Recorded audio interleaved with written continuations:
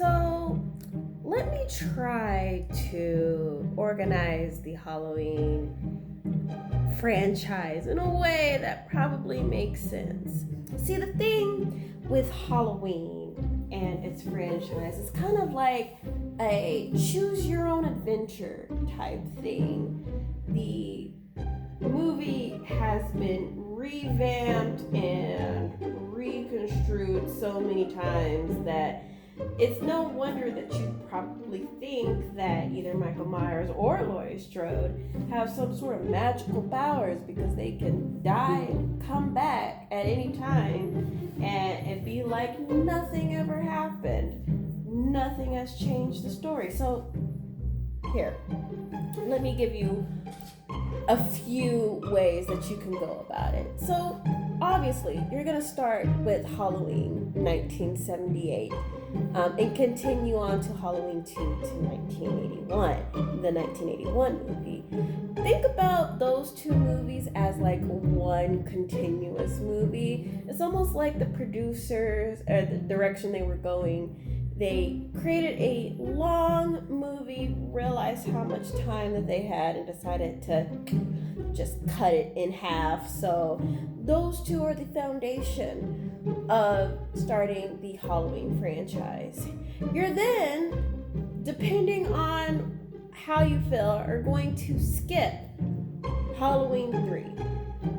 You can watch it for shits and giggles, but honestly, it has nothing to do with Michael Myers or the lore of Laurie Strode or any of the other branches of the Halloween movie since then. You can honestly just take it out and not miss anything. However, it is considered a cult classic. I don't know. I watched Halloween 3, Season of the Witch from 1982. To be honest, I have to look up exactly what counts as a campy cult classic movie because I thoroughly was unimpressed with season 3. Like, it's fun to watch, but oh my gosh, it was terrible.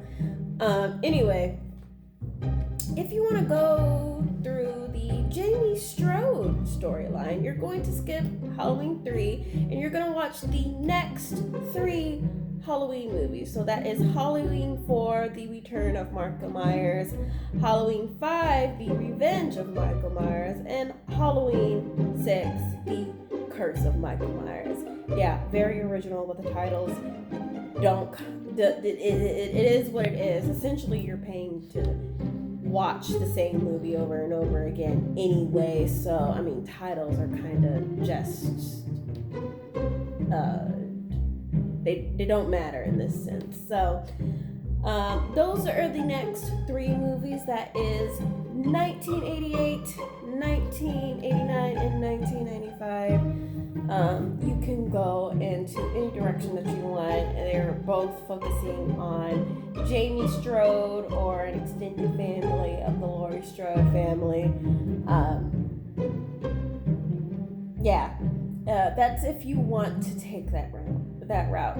If you want a continuation into the Laurie Strode story, what you're going to do is that you're going to skip Halloween 3, 4, 5, and 6 and start with Halloween H2O,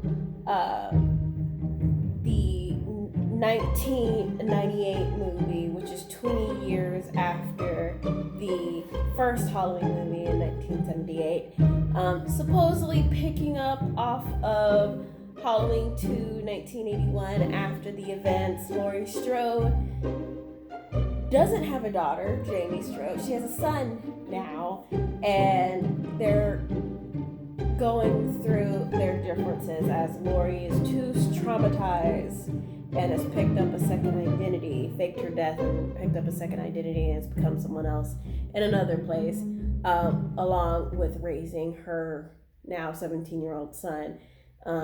Jamie is not existent. That story does not exist. Of course, Michael Myers comes in and fucks shit up and destroys the life that Laurie has so diligently tried to make for herself. And it goes forth to where she ends up killing Michael Myers in Halloween H2O. And it should have really ended there, but of course we gotta squeeze as much money out of this franchise as we possibly can, because all the other slasher films are dead now. But Halloween, no, as long as we stay with the iconic name and the iconic villain, we can always squeeze out a little bit more money from that one. So then comes the next film after Halloween H2O, which is Halloween Resurrection. Michael Myers isn't dead. Somehow he did a whole Houdini act and replaced his self with an orderly. He crushed his windpipe or something and dressed him up in his clothing. So the person that Laurie killed in Halloween H2O was actually an innocent person, and she is completely traumatized after that, as she should be, but she knows that Michael Myers is going to come for her at some point, and he does, and he ends up killing her and the H2O in that movie, The Resurrection. And it honestly, it was no need for this one. I guess maybe it was trying to do some social commentary on like true crime stuff, as in the story goes forth that or the story picks up on Michael Myers' old home, and there's a bunch of reporters or podcasters or some people there trying to, cash in on the traumatic events that happened in that house. And of course, Michael Myers comes home and is like, who the hell are all these people in my house, and decides to murder all of them. And I think he dies in that one. Well, shoot. Michael Myers dies in all his movies, but somehow he comes back. But honestly, it's Halloween Resurrection is probably one of the more useless movies in the Halloween franchise, so you could probably skip it and not miss much.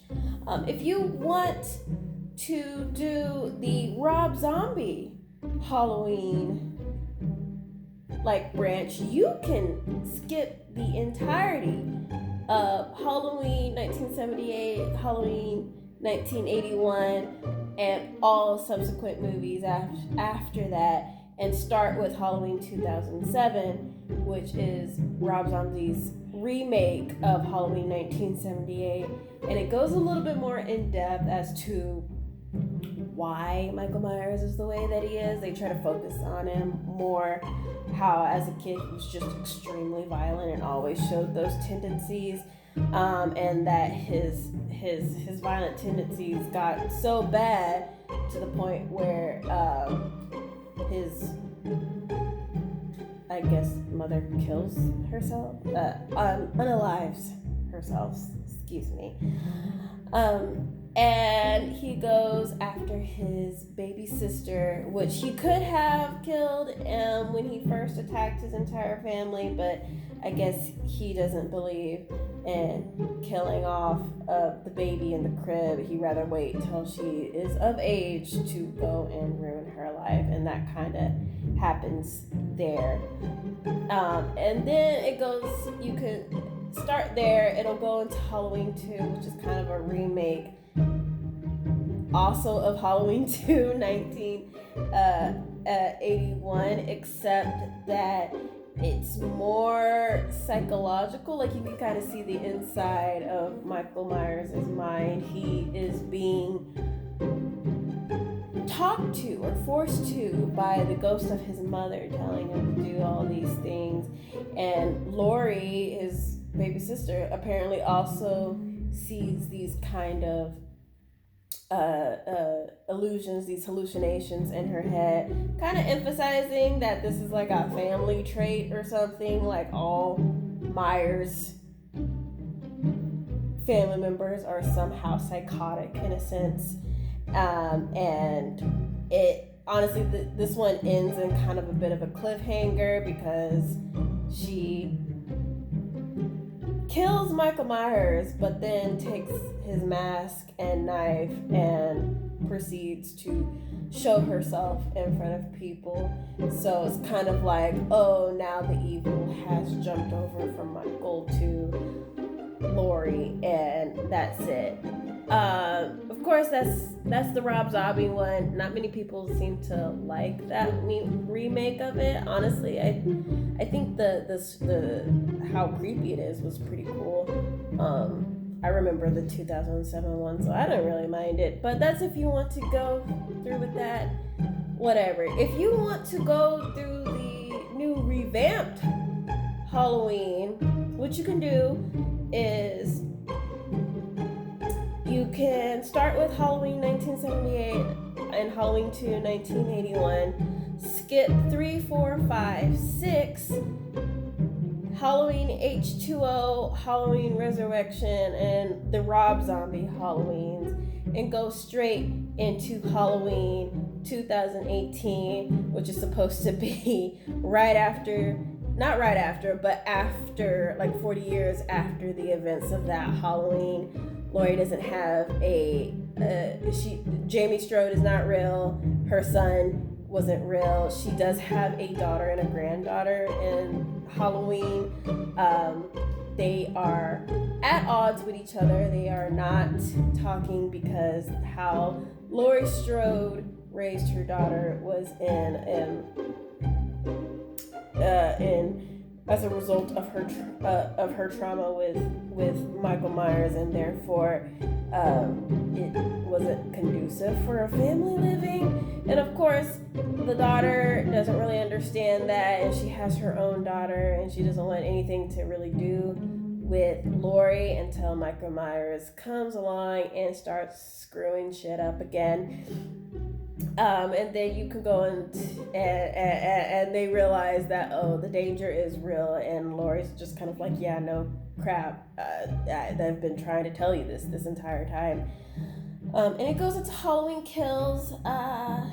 They come up with a plan to trap Michael Myers and face him head on, and he ends up supposedly being trapped in a basement and being burned alive. But of course you hear the heavy breathing and you know that it's not real, and Michael Myers is still very much alive and is still after Laurie, the mother and daughter, and the granddaughter. And then you'll come into Halloween Ends, which is the newer film, came out in 2022. I haven't really watched this one. From the comments that I've seen, this one was probably an unnecessary addition as well, as it doesn't really focus much on Michael Myers anymore. It just focuses on the healing of Laurie and the daughter and granddaughter. Michael comes in and messes that up, and there's a new antagonist, more along the age with the granddaughter, I guess. People didn't really seem to care for this one. It was kind of like an anticlimactic end to the franchise. But if I know anything about Halloween franchises, that there's never really an end. There's probably going to be another revamp 5-10 years from now, and it'll just continue from there. But yeah, so basically you have like 4 options. You can definitely go the Jamie Strode out. You can go through the Laurie Strode and the Sun outlet, or you can take the Rob Zombie way out, or you can take the newly revamped Halloween edition started with the 2018 Halloween revamp that continues 40 years after the event of the original. And just with all of those, just don't watch Halloween 3 unless you just want a good laugh. And yeah.